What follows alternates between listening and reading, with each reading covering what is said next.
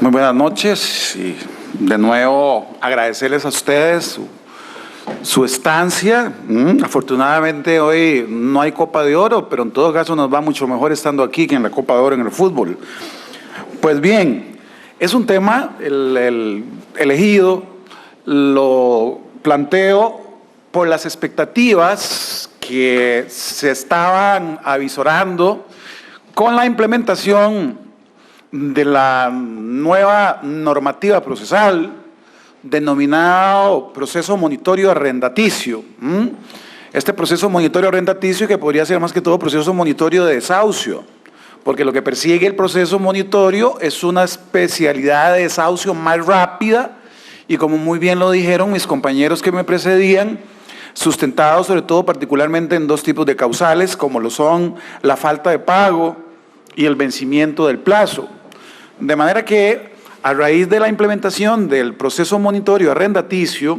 se dio una gran expectativa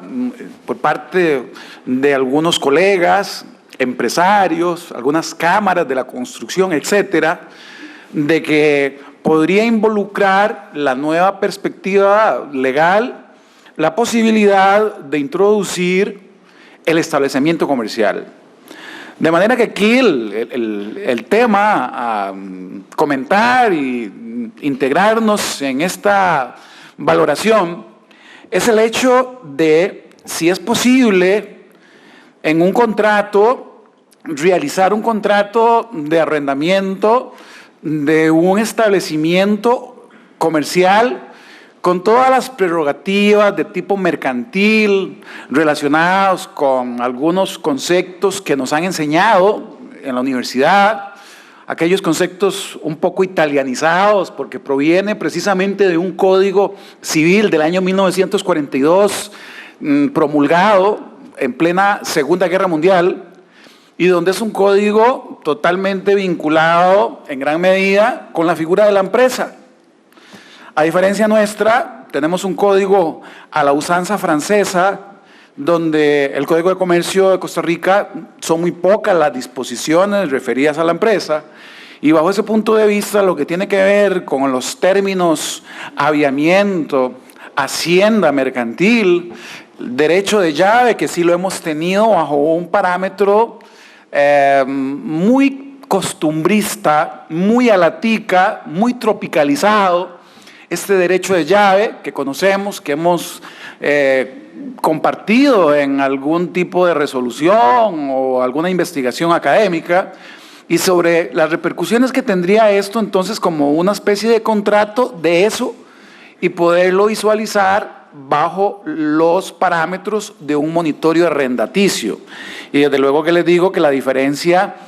entre el monitorio arrendaticio respecto al proceso sumario, que no es así como pensar que esté fallecido, todavía se le puede llamar casi que Lázaro, está vivo, no ha fallecido, el proceso sumario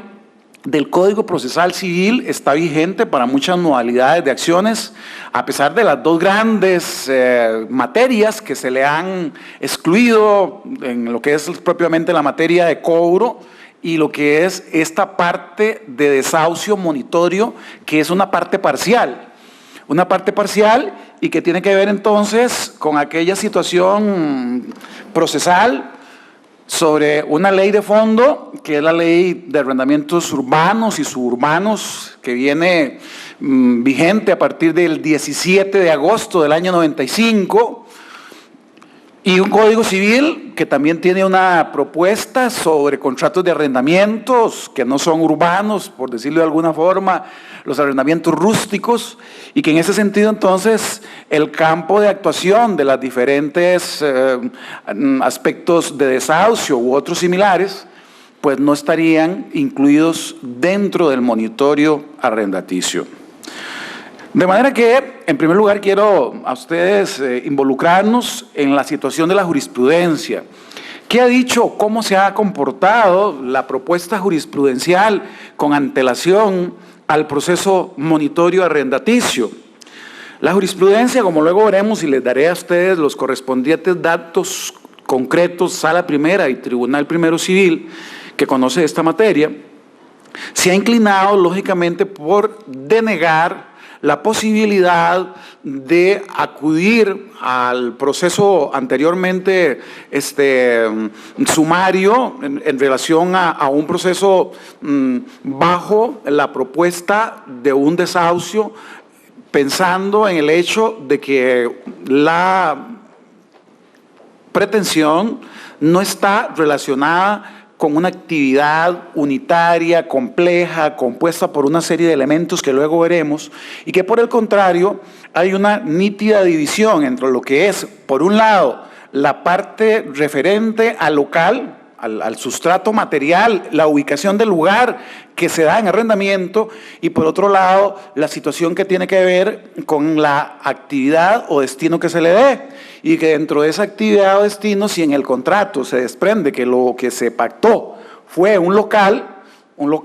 como tal, entonces en ese sentido excluye la jurisprudencia de la sala la posibilidad de integrarlo como parte del desahucio. Pues bien, tengamos en cuenta también algo muy importante que lo comentaban los compañeros que precedían durante la anterior mesa. Lo que tiene que ver con el contenido de esta materia, el contenido de la materia de arrendamientos, pues no nos podemos abstraer de muchos intereses que están íntimamente relacionados, pero que además de estar íntimamente relacionados, en lugar de poderlos ver como confrontativos, como opuestos, tenemos que empezar a tratar de aplicar un criterio legislativo y de planteamientos jurisprudenciales tendientes ¿a qué? A poder complementar la convivencia que debe darse entre aquellos operadores, empresarios, que optan por incurrir en tipos de financiamiento para desarrollos inmobiliarios, ya sea de vivienda, de locales, etcétera, que tienen como sustento, lógicamente, un destinatario importante que son los inquilinos. O sea, si los inquilinos no cuentan con locales o casas, hay un desfase terrible, y si los empresarios no cuentan con inquilinos, pues también la situación se torna muy deficitaria, muy complicada. Entonces, bajo ese punto de vista siempre, lastimosamente a veces se ve como una tensión, como una situación tensional, de enfoque más que todo de tipo confrontativo, similar a lo que uno a veces ve en la situación del crédito y el débito, en los procesos relacionados con el cobro. Si no hay acreedores, pues los deudores no tienen a quién pedirle dinero, y si no hay deudores, no tienen por qué pedirle dinero a la inversa al acreedor. De manera que en ese sentido hay que tomar muy en cuenta que en esta materia siempre se ha dado eso, y siempre ha sido una materia muy relacionada con una sensibilidad social y económica muy importante. Es una especie de materia que tiene una especie de propuesta pendular. En ocasiones se requiere como darle cierto tipo de musculatura o de protección a los caseros, y en ocasiones, dependiendo de la circunstancia coyuntural, se viene a dar ese tipo de trato al que está en la acera del frente, que es propiamente el arrendatario. Partiendo de esto, tomemos en cuenta que la ley de esta materia, la primera que tuvimos, fue una ley que vino en el año 1939, en plena Segunda Guerra Mundial. Estábamos en el año 1939 y ahí se determinó la aplicación de una disposición legal especial, tuitiva, de algún tipo de ventajas para una parte que se llama inquilino. Porque anterior a ello lo que había era un arrendamiento genérico abierto del Código Civil. Se pensó entonces en idealizar, a como se estaba dando en Europa, una ley especial, protectora, para todas aquellas personas que correlativamente se iban trasladando a ciertos núcleos de población importante, de ahí que ahora, por ejemplo, se le llaman urbanos y suburbanos. En la época del año 39, entonces, empezó a haber un flujo importante de moradores hacia la capital o ciudades del Valle Central, y había, lógicamente, que una demanda importante de vivienda, y en esa época, bajo la administración de León Cortés Castro, se determina la aplicación de esa ley de inquilinato.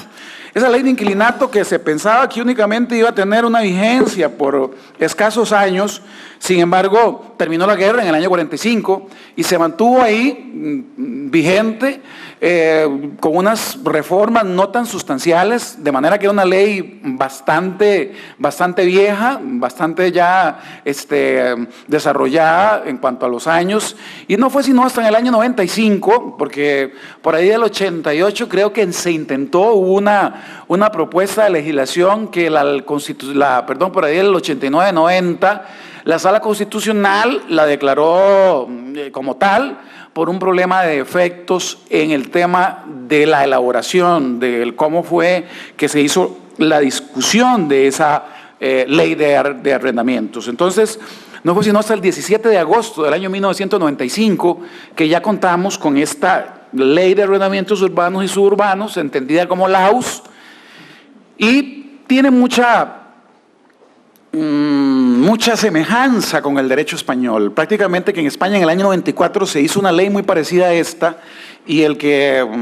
nos ofreció este modelo, que creo que era hermano del expresidente de la Corte Suprema de Justicia, el señor don Coto Albán, me parece que era un hermano de él,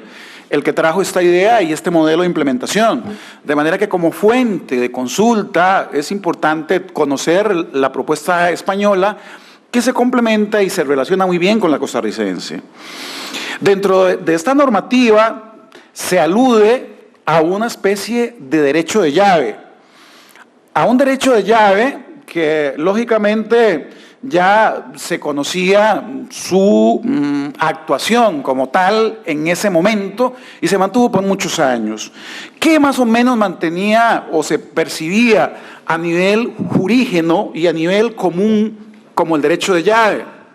Pues sin hacer un gran esfuerzo interpretativo, este derecho de llave a la tica correspondía sobre todo a aquel plus o valoración adicional que tenía un local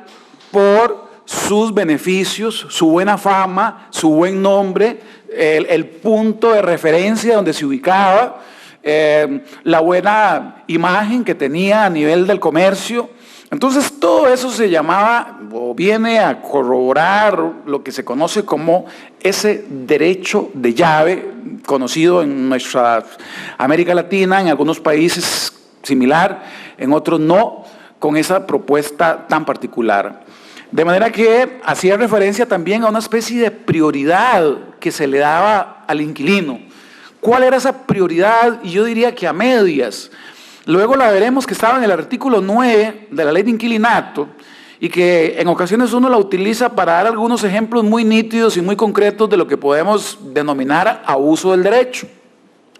Esta situación tiene que ver con la preferencia o prioridad que debería dársele a ese inquilino que había construido paralelamente durante los años de su ejercicio del contrato de arrendamiento ese valor o plus adicional. Indirectamente le estaba ocasionando un beneficio y un enriquecimiento adicional al arrendante, porque lógicamente podríamos pensar y visualizar que en determinada zona o esquina en una ciudad podría ser que estuviera en una situación de cierto peligro de la seguridad o que ahí casi no iba nadie, pero que de un momento a otro aparece un restaurante con una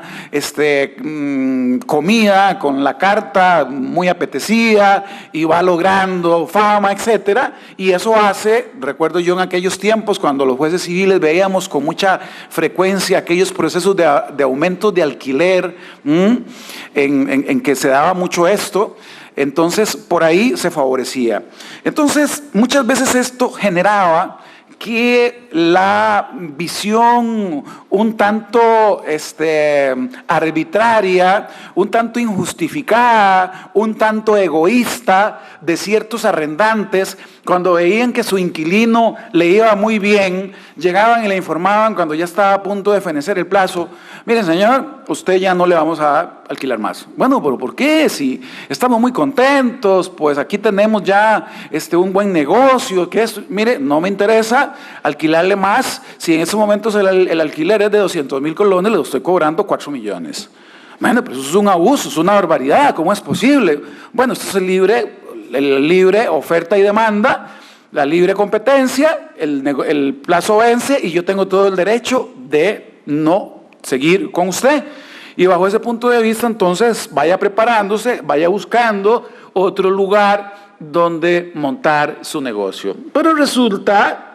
que de una manera muy burda, ya el señor se fue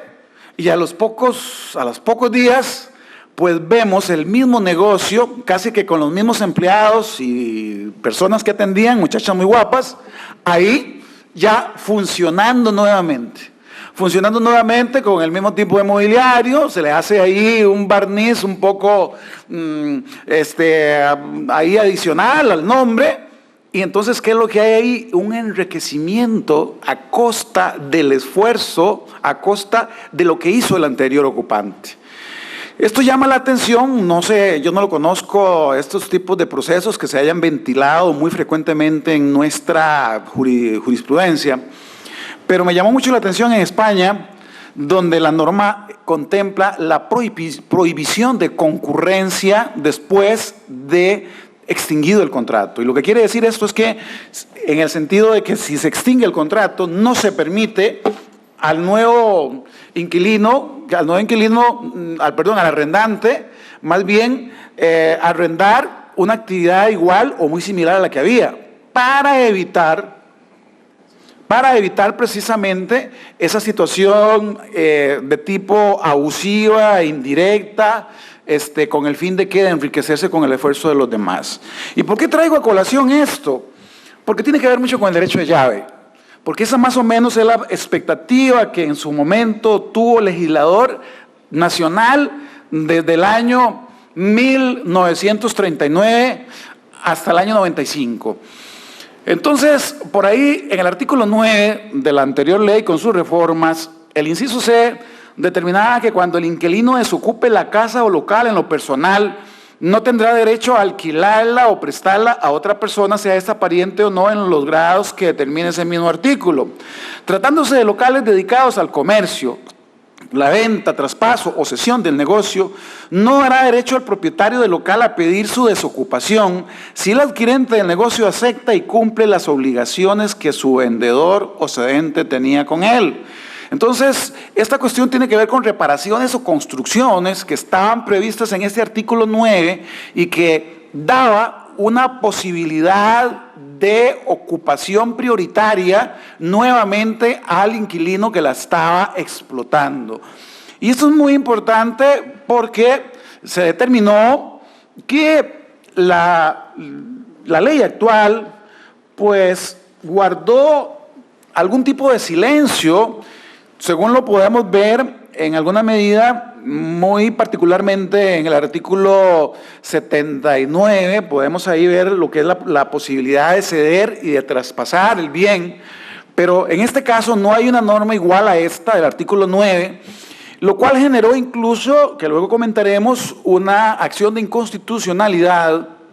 por las cámaras de comercio, etcétera, previendo que al haberse eliminado esto, se estaba aplicando de manera retroactiva la ley en perjuicio de los que estaban en algún tipo de ocupación o relación arrendataria ya vigente con la anterior. Y en ese sentido consideraron y estimaron que sus derechos podían verse violentados con la nueva normativa. Pero vean que ese derecho, sobre todo, lo estamos visualizando bajo el aspecto del derecho de llave. Y repito que históricamente la propiedad del derecho de llave se ha atribuido al empresario, quien es la cabeza visible de la organización económica del inmueble por el solo hecho de serlo, porque el casero pone el inmueble a disposición del empresario, existiendo un contrato de por medio y a cambio una remuneración.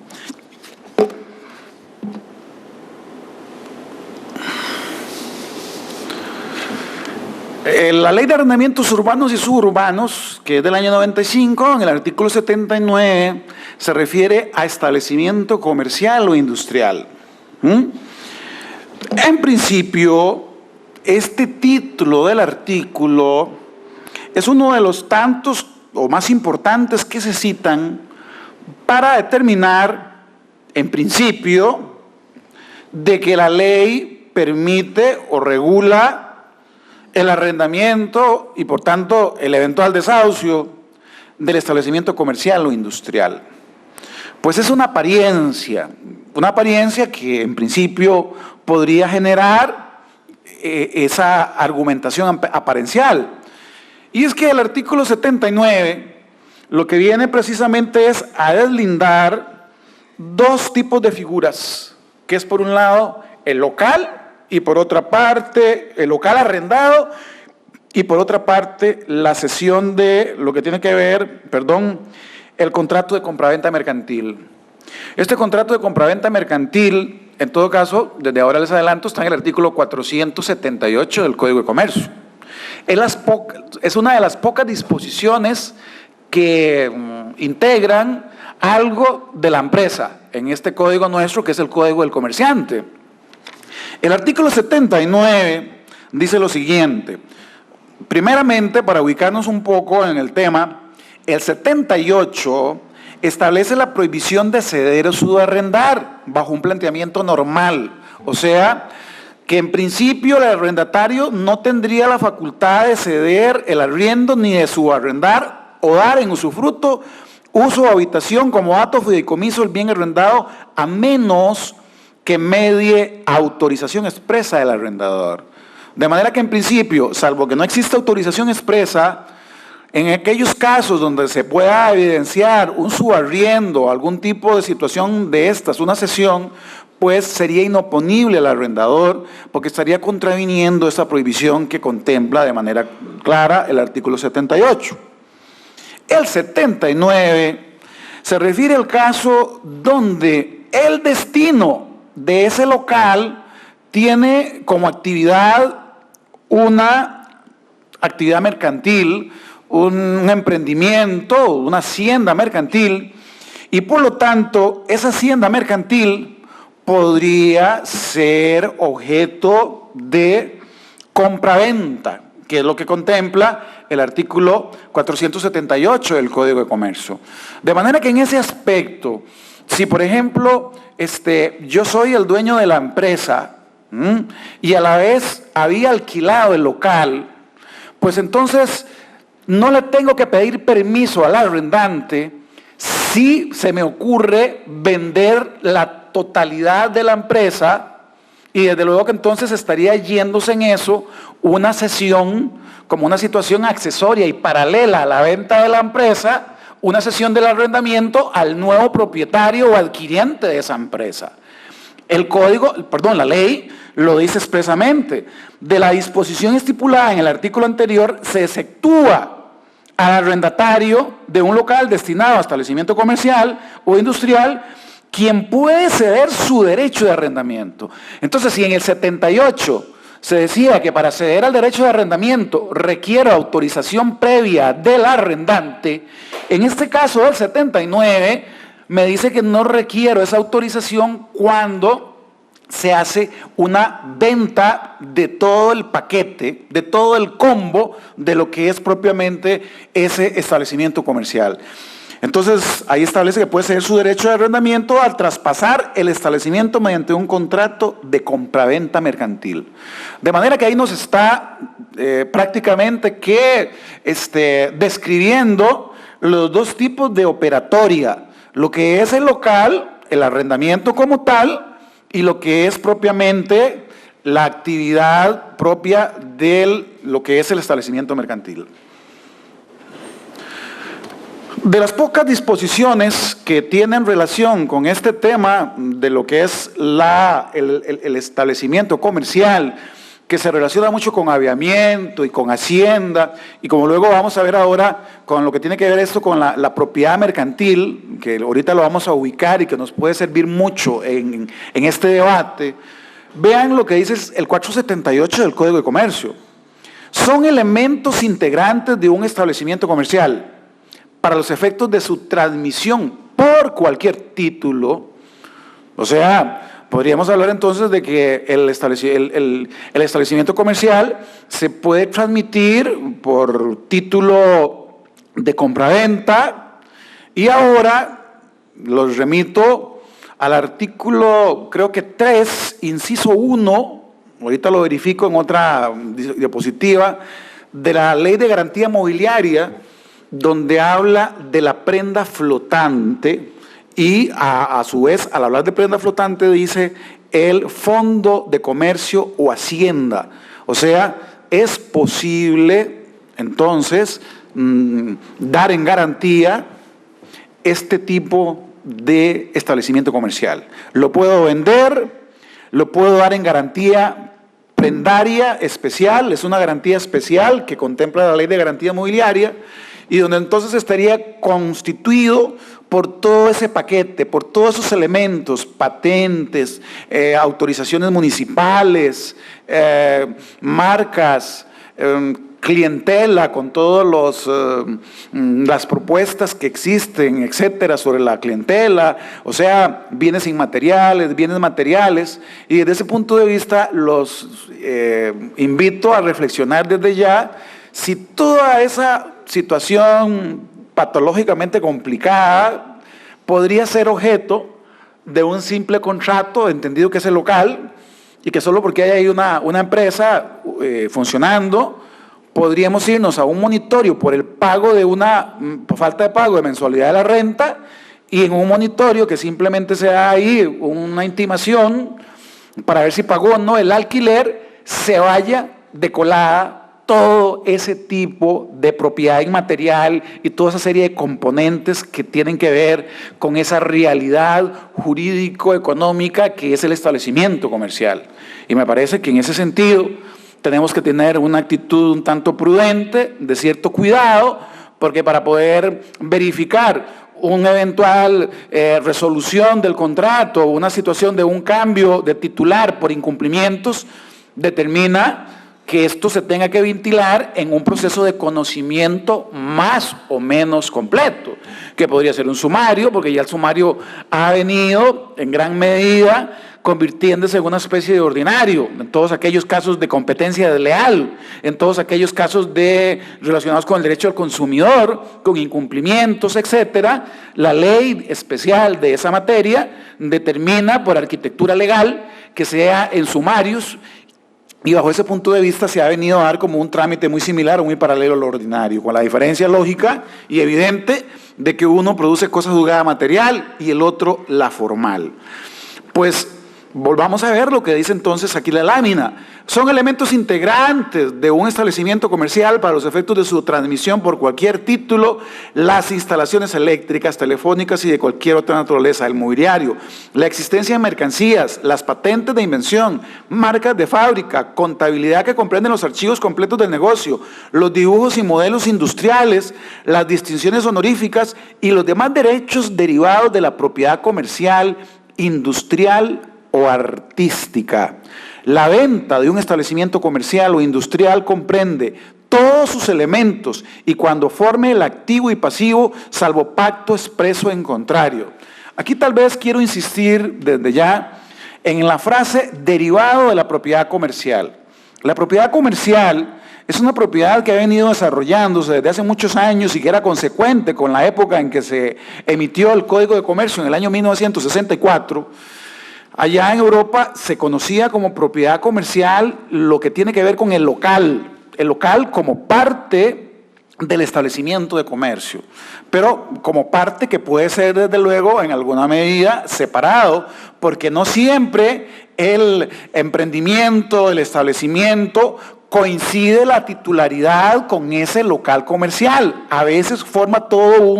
una sola propiedad y en ocasiones podría ser que pertenezca a un tercero, como normalmente lo contemplan los supuestos de eventuales situaciones que tienen que ver con arrendamientos solamente del local. ¿Quién sabe que le toqué? Ok, entonces, bueno,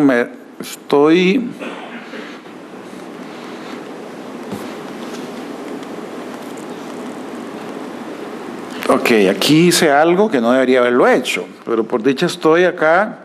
con otro repuesto a la par, pero ya ubico lo que sigue. Hacienda, ¿Qué entendemos por hacienda?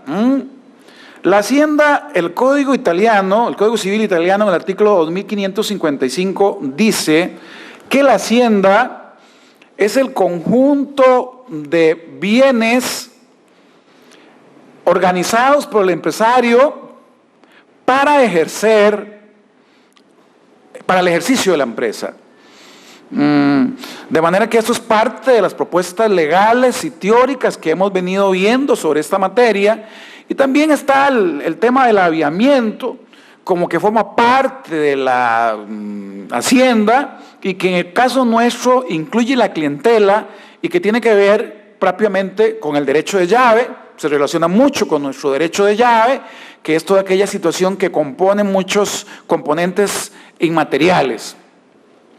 Y tenemos por otro lado el establecimiento comercial, que el establecimiento comercial es el que más se nos llega a la idiosincrasia nuestra y que es el que por ahí contemplaba aquel artículo del Código de Comercio.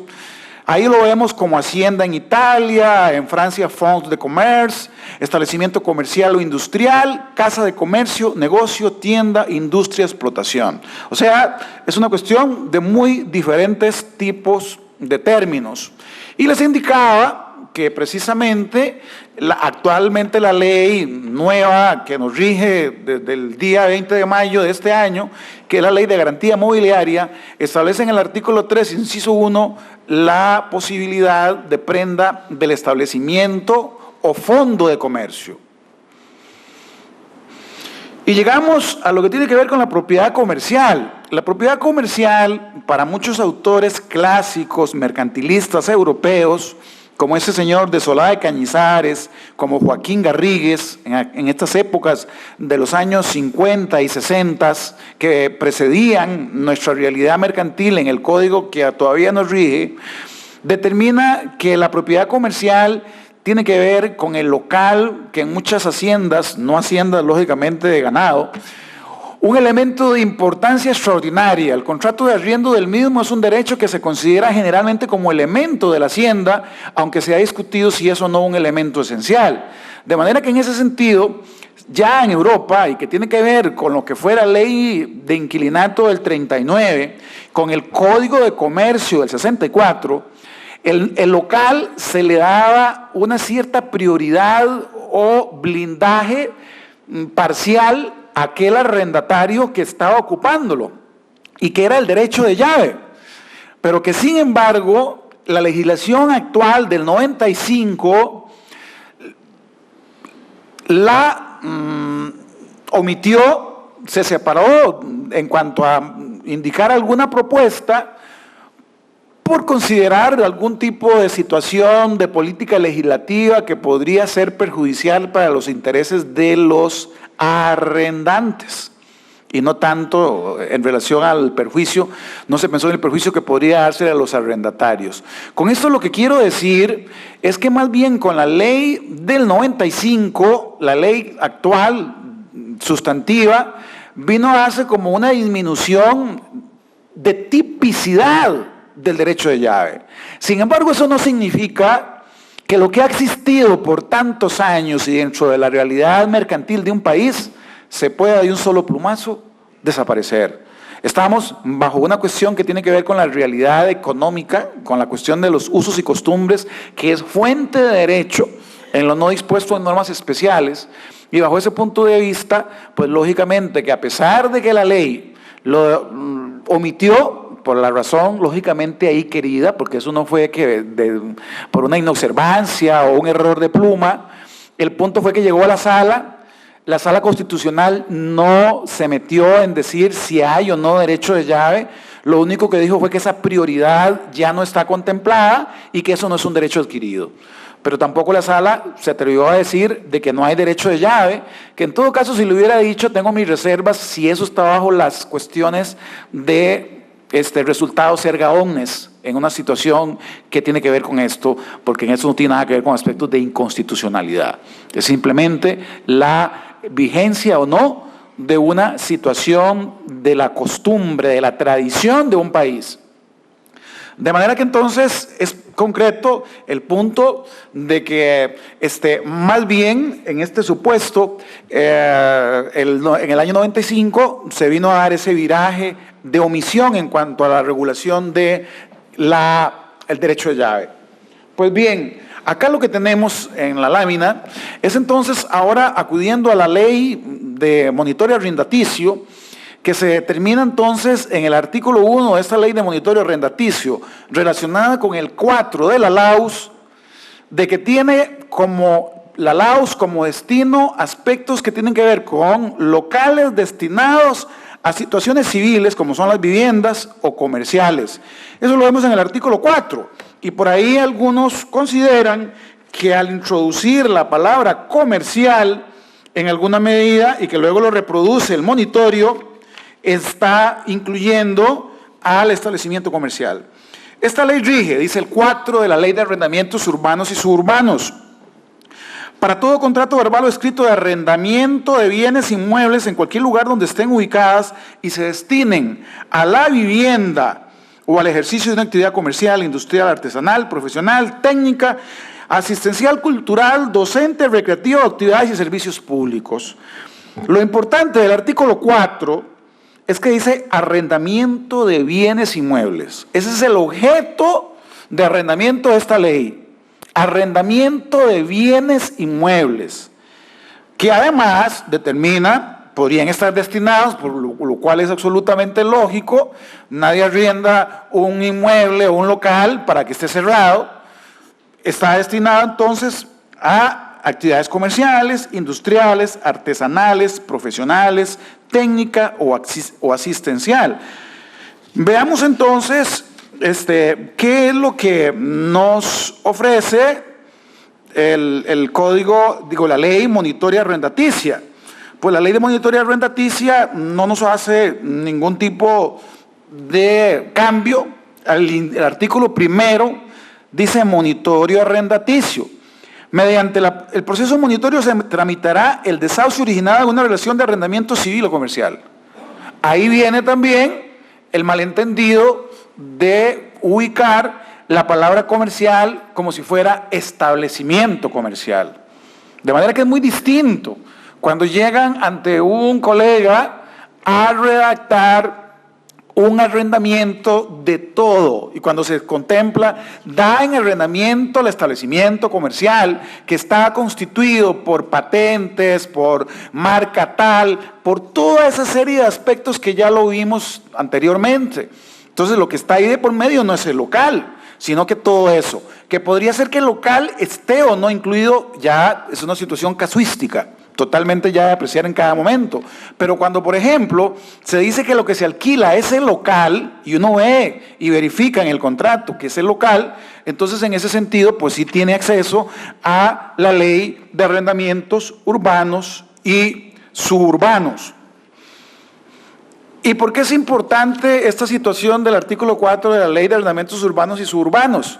Es muy importante porque en la exposición de motivos de la Ley Monitoria Arrendaticia se contempla claramente, y que eso es algo muy importante que ahora por dicha se está consignando en algunas leyes, la exposición de motivos. Es una forma de ir a indagar más o menos el aspecto teleológico, lo pretendido por el legislador, cuando están promulgando una nueva ley. Y en esa exposición de motivos se dice, aunque no es muy amplia, que derivado de la inquietud que se ha venido presentando en el mercado relacionado con el alquiler de locales para vivienda o para comercio, previstos en la ley de arrendamientos urbanos y suburbanos, pues se propone un modelo procesal similar al que venía ya operando en nuestro país, que era en el tema de los procesos de cobro, el llamado proceso monitorio, a fin de agilizar, lógicamente,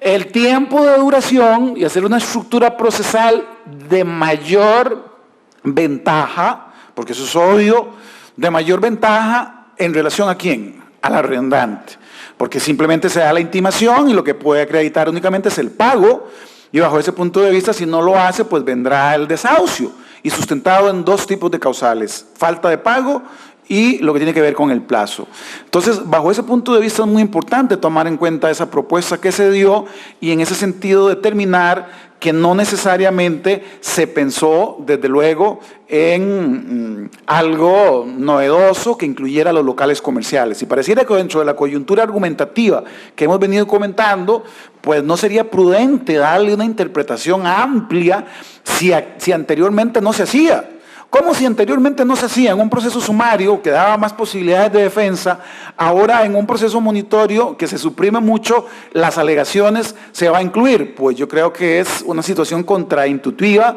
y podría generar una serie de discordancias. Aclaro además de que no necesariamente una propuesta monitoria, cuando dije que era en beneficio del arrendante, eso no podemos satanizarlo. Las estructuras monitorias, pues desde luego, como todos procesos, siempre tendrán cierto tipo de propuesta, en algunos momentos, de mayor ventaja para una parte que la otra. Pensemos, por ejemplo, en los títulos ejecutivos.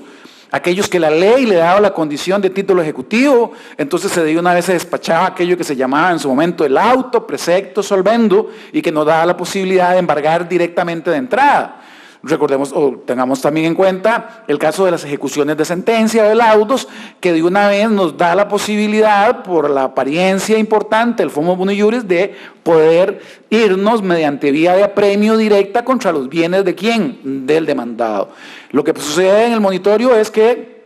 es esa estructura especial, pero que en definitiva lo que hay que tratar es de visualizar que sí tiene que haber un debido proceso. Todo proceso debe respetar un debido proceso, y el debido proceso es la posibilidad del principio de audiencia y el principio de alegar algún tipo de defensa importante que para estos casos está circunscrita y relacionada con el pago.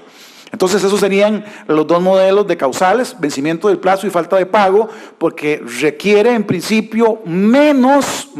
problemas de litigiosidad complejos, como son otros que por ahí comentaba José Rodolfo y don Ignacio, relacionados con algún tipo de incumplimientos, aquello de que no me dejan entrar para verificar e inspeccionar el bien, etc.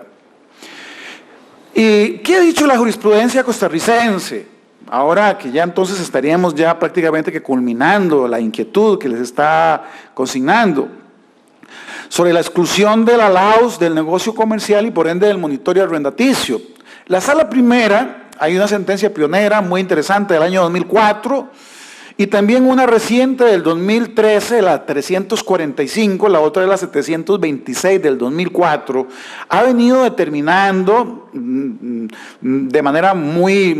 bien formulada la imposibilidad de incluir dentro de la ley de arrendamientos urbanos y suburbanos a los procesos, a el arrendamiento de establecimientos mercantiles. Esto lo tenemos entonces también viendo rápidamente la ley. El artículo 4, ya se lo comenté a ustedes, de que se refiere a bienes inmuebles. Artículo 11, que regula, el artículo 11 de la Ley de Arrendamientos Urbanos y Suburbanos, regula el contenido del contrato cuando no es verbal. Recordemos que el contrato de arrendamiento puede ser oral o por escrito. Contrato realidad, aquella espiritualidad que algunos le achacan a esta figura, aquel contrato realidad parecido a lo que sucede en derecho laboral. Y en este artículo 11, inciso B, refiere a inmuebles y contempla, y por ahí José Rodolfo anteriormente lo comentaba, la posibilidad de incluir muebles no fungibles. O sea, así como es posible en un apartamento, en alguna medida, alquilarlo amueblado, pues no es ningún problema cobrar un poquito más, me expongo al deterioro, a la situación disvaliosa que puede tener los muebles,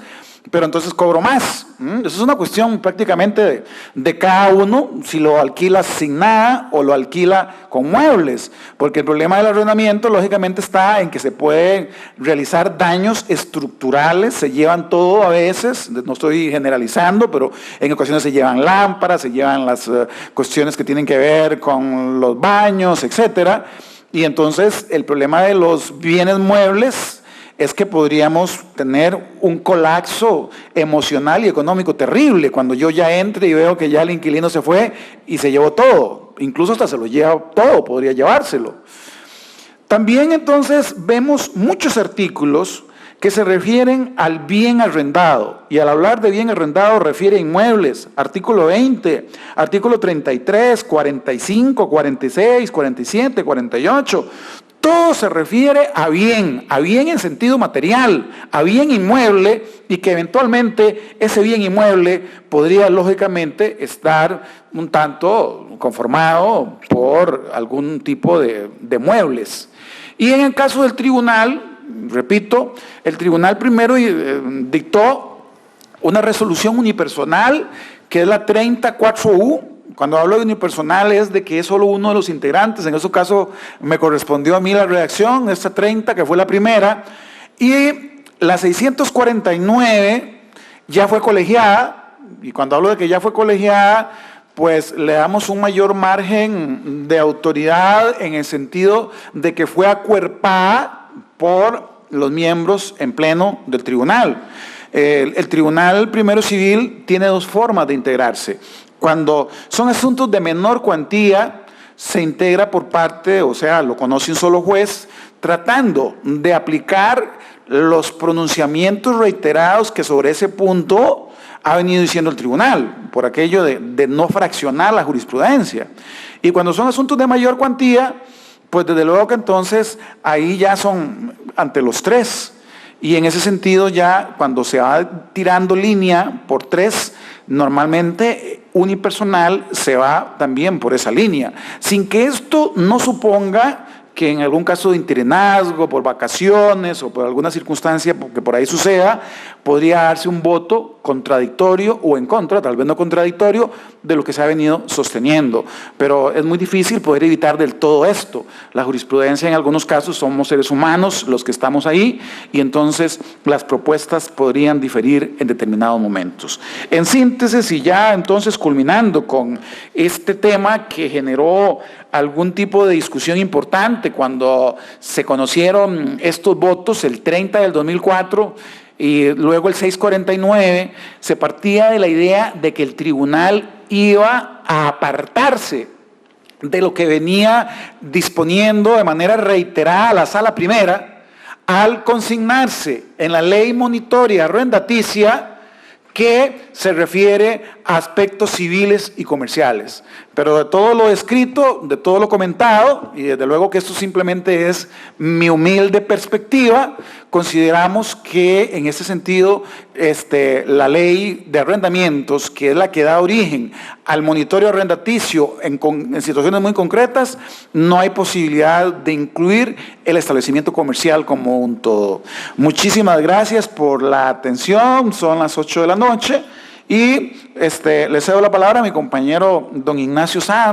Monge. No estábamos hablando de Ignacio Santos, para que en alguna medida puedan ustedes tener algún margen de interacción con algunas preguntas que quieran realizar. Muchísimas gracias.